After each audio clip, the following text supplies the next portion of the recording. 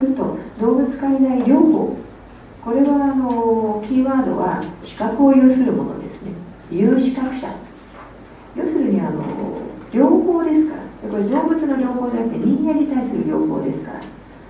理学療法、作業療法、心理療法、言語聴覚療法、いろいろありますよね。これで私たち、皆さんの中には医療資格者がいるかもしれませんけど、私も含めて一般のボランティアさんで動物を連れてっている人はその資格は持っていません。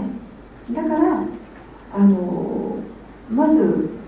自分が療法治療っていうのはできないわけですよね。自分たちはその治療や療法の道具になって、例えば理学療法士に使っていただくっていうポジションにいるわけですね。だから動物介在療法をやっていますということ、アニマルアシステッドセラピーをやっていますという時には、有資格者がきちっと患者さんの査定をし、診断をし、それから治療計画を立て、目標を立て、そしてじゃあどんな道具を使うべと、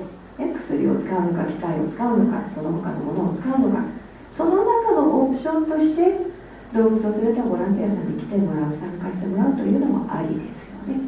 でただし治療目標を決めたり、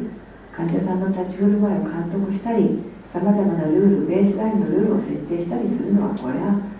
人間をいじってもいいという免許証を持っている人でなければいけない。ボランティア勝手にやったらとっても怖いことっていうことなんですよね。例えば、簡単に言えば一番分かりやすいリハビリテーションで、例えば